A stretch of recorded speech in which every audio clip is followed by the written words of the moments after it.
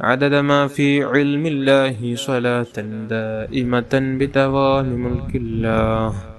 اللهم صل على سيدنا محمد عدد ما في علم الله صلاة دائمة بدوام ملك الله. اللهم صل على سيدنا محمد عدد ما في علم الله صلاة دائمة بدوام ملك الله. اللهم صل على سيدنا محمد عدد ما في علم الله صلاة دائمة بدوام ملك الله. اللهم صل على سيدنا محمد عدد ما في علم الله صلاة دائمة بدوام ملك الله. اللهم صل على سيدنا محمد عدد ما في علم الله صلاة دائمة بدوام ملك الله. اللهم صل على سيدنا محمد عدد ما في علم الله صلاة دائمة بدوام ملك الله. അല്ലാഹുവേ നീ കബൂൽ ചെയ്യണം റഹ്മാനേ. നമുക്കിനി സ്വലാത്തുൽ കമാലിയ ചൊല്ലണം. എല്ലാവരും ഏറ്റു ചൊല്ലുക. ഈ സ്വലാത്തിന്റെ മഹത്വമല്ലാത്ത അത്ഭുതമാണ്. മഹാന്മാർ പറയുന്നു, 14 കോടി സ്വലാത്ത് ചൊല്ലിയ പ്രതിഫലം ഒറ്റ സ്വലാത്ത് കൊണ്ട് നമുക്ക് നേടാം. അത്രയും മഹത്വമുള്ള സ്വലാത്താണ്. മഹാന്മാർ ഈ സ്വലാത്തിന്റെ മഹത്വം അറിഞ്ഞ് അവർ അവരുടെ നിസ്കാരങ്ങൾക്ക് ശേഷം വരെ അവർ 10 തവണ വീതം പതിവാക്കുകയും അതല്ലാത്ത സമയങ്ങളിൽ 100ഉം അതിനേക്കാൾ ഏറെ അവർ പതിവാക്കിയ അതിമഹത്തായ ഒരു സ്വലാത്താണ് സ്വലാത്തുൽ കമാലിയ. എല്ലാവരും എൻ്റെ കൂടെ ഏറ്റു ചൊല്ലുക. അല്ലാഹു തആല നമുക്ക് ബറക്കത്ത് ചെയ്യട്ടെ. ആമീൻ യാ റബ്ബൽ ആലമീൻ. اللهم صل وسلم وبارك على سيدنا محمد وعلى آله عدد كمال الله وكما يليق بكماله. اللهم صل وسلم وبارك على سيدنا محمد وعلى آله عدد كمال الله وكما يليق بكماله. اللهم صل وسلم وبارك على سيدنا محمد وعلى آله عدد كمال الله وكما يليق بكماله. اللهم صل وسلم وبارك على سيدنا محمد وعلى آله عدد كمال الله وكما يليق بكماله.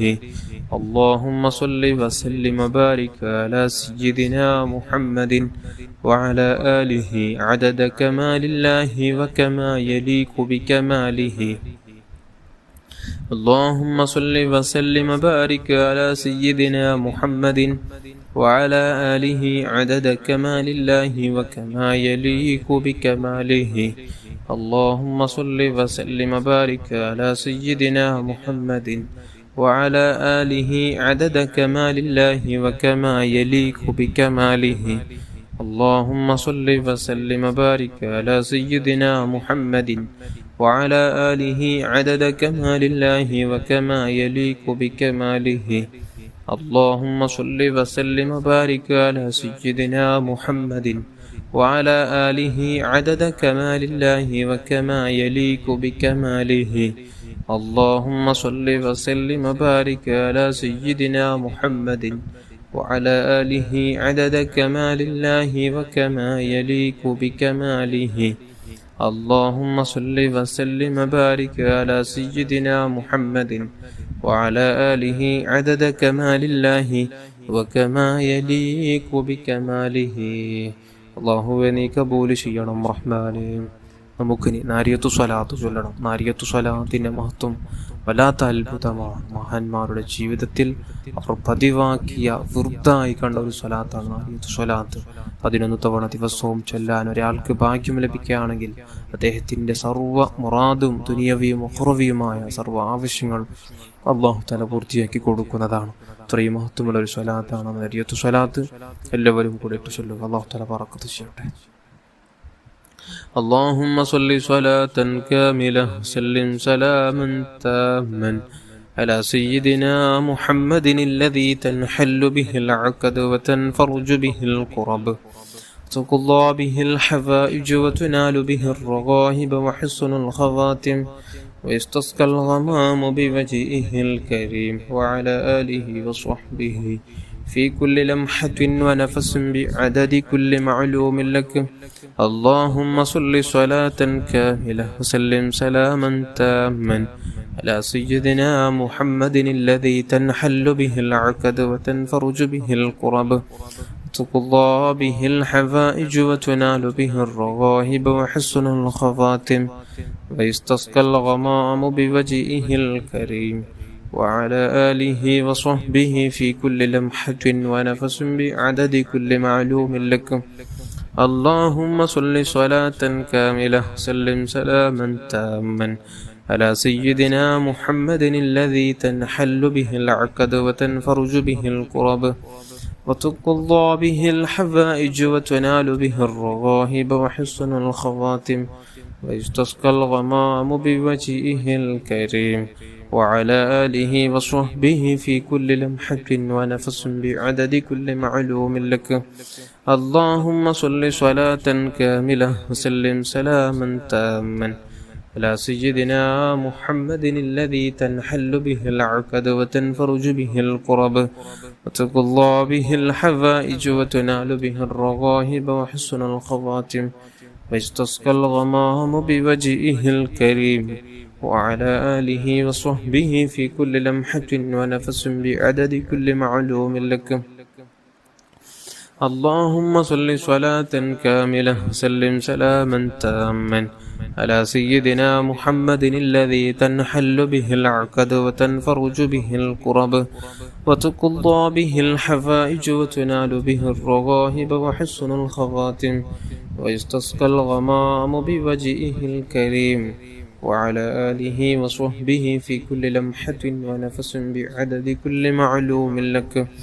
اللهم صل صلاة كاملة وسلم سلاما تاما على سيدنا محمد الذي تنحل به العقد وتنفرج به الكرب تقضى به الحوائج وتنال به الرغائب وحسن الخواتم ويستسقى الغمام بوجهه الكريم وعلى آله وصحبه في كل لمحة ونفس بعدد كل معلوم لك.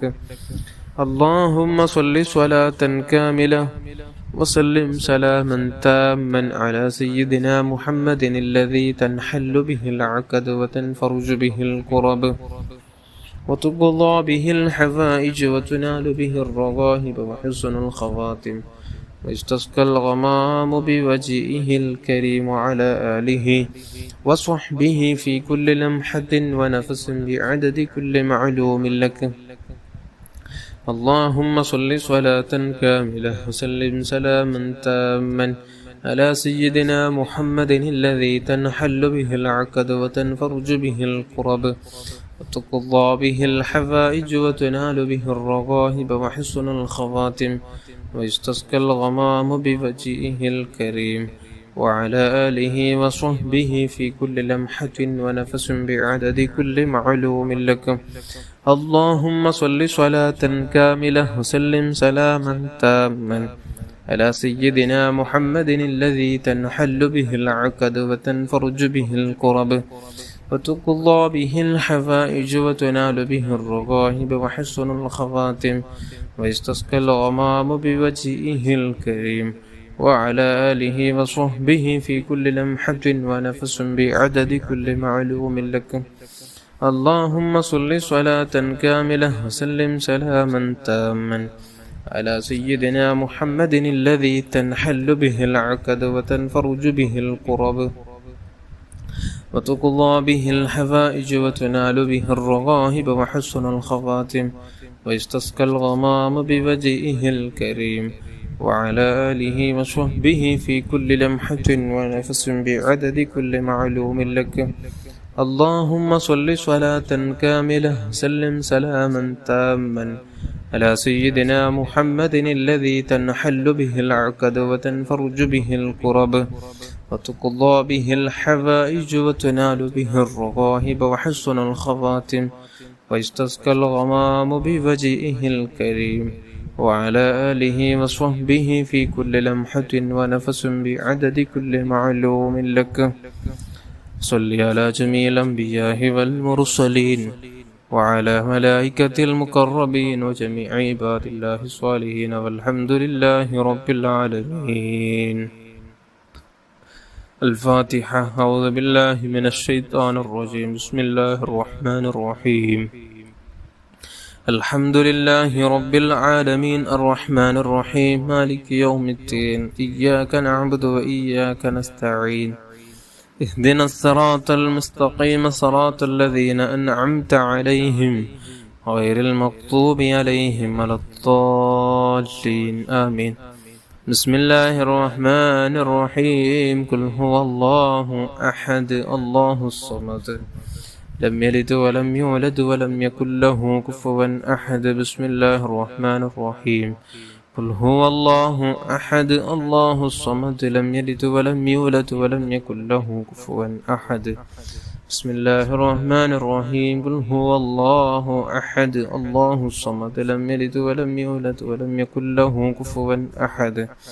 بسم الله الرحمن الرحيم. قل أعوذ برب الفلق من شر ما خلق ومن شر غاسق إذا وقب ومن شر النفاثات في العقد ومن شر حاسد إذا حسد. بسم الله الرحمن الرحيم. قل أعوذ برب الناس ملك الناس إله الناس من شر الوسواس الخناس الذي يوسوس في صدور الناس من الجنة والناس.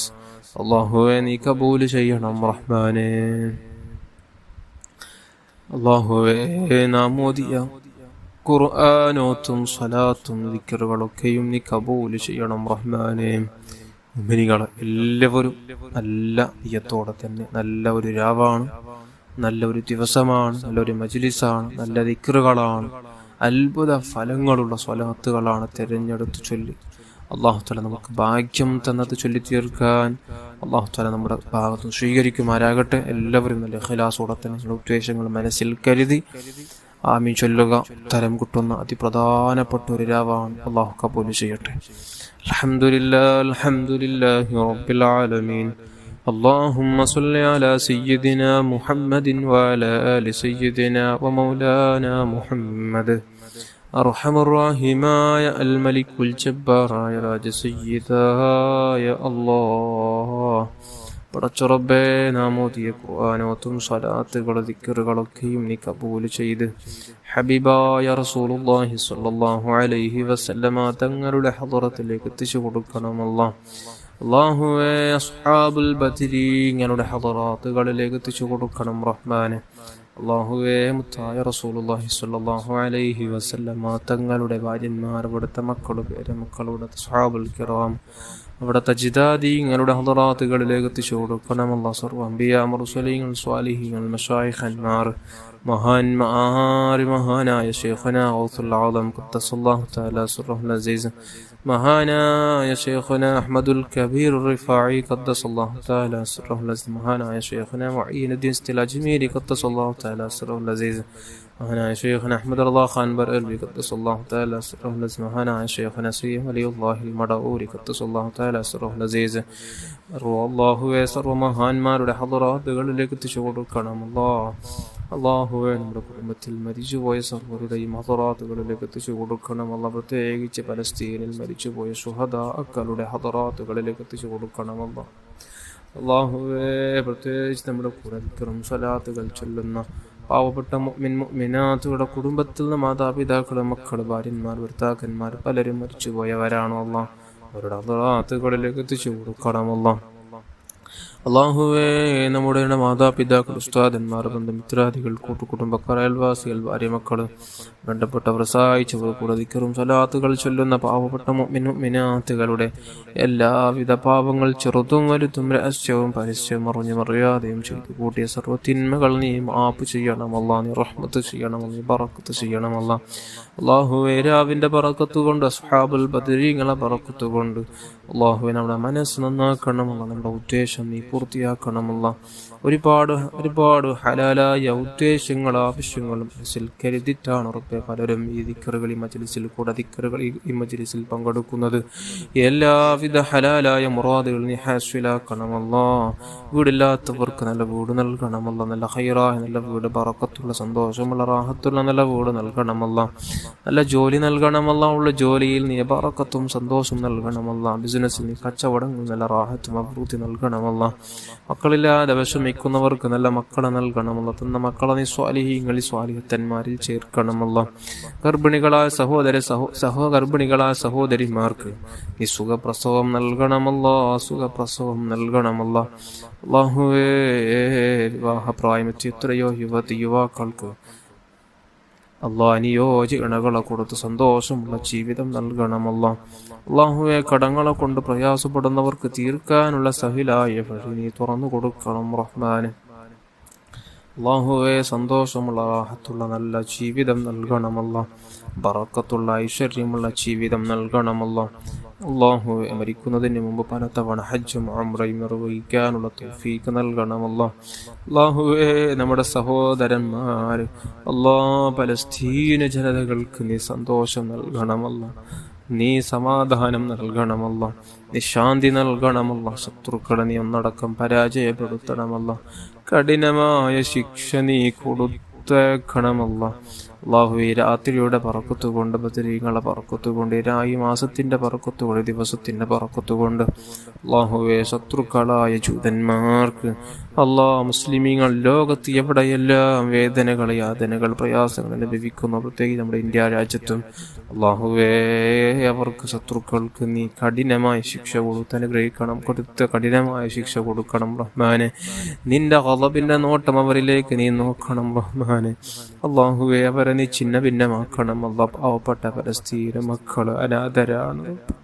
ഒരുപാട് മാതാപിതാക്കൾക്ക് മക്കളില്ല, മക്കൾക്ക് മാതാപിതാക്കളില്ല, ഭർത്താക്കന്മാർക്ക് ഭാര്യന്മാരില്ല, ഭാര്യന്മാർക്ക് ഭർത്താക്കന്മാരില്ല, വീടില്ല, വെള്ളമില്ല, വസ്ത്രമില്ല, ഭക്ഷണമില്ല, ഒന്നുമില്ല. പ്രയാസത്തിലാണ്, നോവിലാണ്, പ്രയാസത്തിലാണ്. പരിശുദ്ധ റമദാൻ മാസമാണ് റബ്ബേ. അവരുടെ ദുആകൾക്ക് ഇജാബത്തുള്ളതാണ് റബ്ബേ. അവരുടെ പാവപ്പെട്ട മക്കളുടെ കണ്ണുനീരിന് ഫലമായി നീ എത്രയും പെട്ടെന്ന് ജൂതന്മാർക്ക് ഇസ്രായേൽ ജനതക്ക് നീ പാഠം പഠിപ്പിക്കണമല്ലോ. നീ അവർക്ക് നീ പാഠം നീ പഠിപ്പിക്കണമല്ലോ. അവരെ നീ ഛിന്ന ഭിന്നമാക്കണമല്ലോ. അവരുടെ ആയുധങ്ങൾ നീ നിഷ്ഫലമാക്കണമല്ലോ. അവരെ നീ തകർക്കണമല്ലോ. കഠിനമായ പ്രയാസം കൊടുത്ത്, കഠിനമായ അദാബ് കൊടുത്ത് അവരെ നീ നശിപ്പിച്ച് കളയണമല്ലോ. പലസ്തീൻ മക്കളെ നീ സന്തോഷിപ്പിക്കണമല്ലോ. അവരെ നീ പുഞ്ചിരി നമുക്ക് നീ കാട്ടിത്തരണമല്ലോ. അവർക്കുള്ള ആ സന്തോഷം നമുക്ക് നീ കണ്ട് നീ സന്തോഷിപ്പിക്കണം റഹ്മാനെ. അല്ലാഹുവേ, നമ്മുടെ മനസ്സ് നന്നാക്കണമല്ല. എല്ലാവിധ മാലിന്യങ്ങളെ തൊട്ട് ഞങ്ങളുടെ മനസ്സ് നന്നാക്കണമല്ല. വേണ്ടാത്ത ചിന്തകളെ തൊട്ട് ഞങ്ങളുടെ മനസ്സ് നന്നാക്കണമല്ല. കൽബ് നീ നന്നാക്കണമല്ല. അസദ് തരല്ല, കിബർ തരല്ല, വഞ്ചന തരല്ല, ഫിത്തന തരല്ല, ഗൈബത്ത് നമീമത്ത് പറയുന്നവരാക്കല്ലയല്ല, ഫിത്തനക്കാരാക്കല്ലയല്ല, ഫസാദുകാരാക്കല്ലയല്ല. നല്ല മനസ്സിന്റെ ഉടമകളാക്കണം റഹ്മാന്. സലീമായ കൽബ് നൽകണമല്ല. വിജയിച്ച മനസ്സിന്റെ ഉടമകളാക്കണം റഹ്മാന്. അല്ലാഹുവേ, പെട്ടെന്നുള്ള മരണങ്ങൾ, പെട്ടെന്നുണ്ടാകുന്ന അദാബുകളെ തൊട്ട് കാത്തു രക്ഷിക്കണം റഹ്മാന്. മോശപ്പെട്ട മരണങ്ങൾ, കീരിമുറിക്കേണ്ട മരണങ്ങൾ നമുക്കാർക്കും നീ വിധിക്കല്ലയല്ല. രോഗങ്ങൾ തന്ന് പരീക്ഷിക്കല്ലയല്ല. മാനസികവും ശാരീരികവും പൈശാചികമായ രോഗങ്ങൾ തൊട്ട് ഞങ്ങളെ നീ കാത്തു രക്ഷിക്കണം റഹ്മാന്. അല്ലാഹുവേ, ഒരുപാട് ആളുകൾ എന്തെല്ലാം രോഗങ്ങൾ പറഞ്ഞു ദുആ കൊണ്ട് ഏൽപ്പിച്ചിട്ടുണ്ട് റബ്ബേ. ഈ രാത്രിയുടെ ബറക്കത്ത് കൊണ്ട്, മാസത്തിന്റെ ബറക്കത്ത് കൊണ്ട്, ദിവസത്തിന്റെ ബറക്കത്ത് കൊണ്ട് അല്ലാഹുവേ, അജിലായ താമായ പരിപൂർണമായ ശിഫ നൽകണം റഹ്മാനെ. അല്ലാഹുവേ, ശിഫ നൽകണം. അത്തരത്തിലുള്ള രോഗാണുക്കൾ നമ്മുടെ ശരീരത്തിൽ മുളച്ചു വരുന്നുണ്ടെങ്കിൽ നീ ശിഫ നൽകണം. അജിലായ ശിഫ നൽകണം. അല്ലാഹുവേ, നീ തുടച്ചു മാറ്റണം റഹ്മാനെ. അല്ലാഹുവേ, രാത്രിയുടെ ഈ ദിവസത്തിന്റെ ബറക്കത്ത് കൊണ്ട് ഹബീബായ റസൂലുള്ളാഹി സ്വല്ലല്ലാഹു അലൈഹി വസല്ലം തങ്ങളുടെ ലംഘുന്ന വജ്ഹ് നമുക്ക് സ്വപ്നത്തിലും യഖ്ളത്തിലും ദർശിക്കാനുള്ള തൗഫീഖ് നൽകണം. തൗഫീഖ് നൽകണമല്ല. നമ്മുടെ മരണം നീ മദീനയിലാക്കണമല്ല. പരിശുദ്ധ മദീനയിൽ മരിക്കുന്ന സജ്ജനങ്ങളെ കൂട്ടത്തിൽ നമ്മെല്ലാവരെയും നീ ചേർക്കണമല്ലോ. റബ്ബന ആതിന ഫിദ്ദുനിയ ഹസന വഫിൽ ആഖിറതി ഹസനതൻ വഖിനാ അദാബന്നാർ. ആമീൻ ബിറഹ്മതിക യാ അർഹമർ റഹീമീൻ യാ അർഹമർ റഹീമീൻ യാ അർഹമർ റഹീമീൻ. സല്ലല്ലാഹു അലാ മുഹമ്മദ് സല്ലല്ലാഹു അലൈഹി വസല്ലം. സല്ലല്ലാഹു അലാ മുഹമ്മദ് സല്ലല്ലാഹു അലൈഹി വസല്ലം. اللهم صل على محمد يا رب صل عليه وسلم.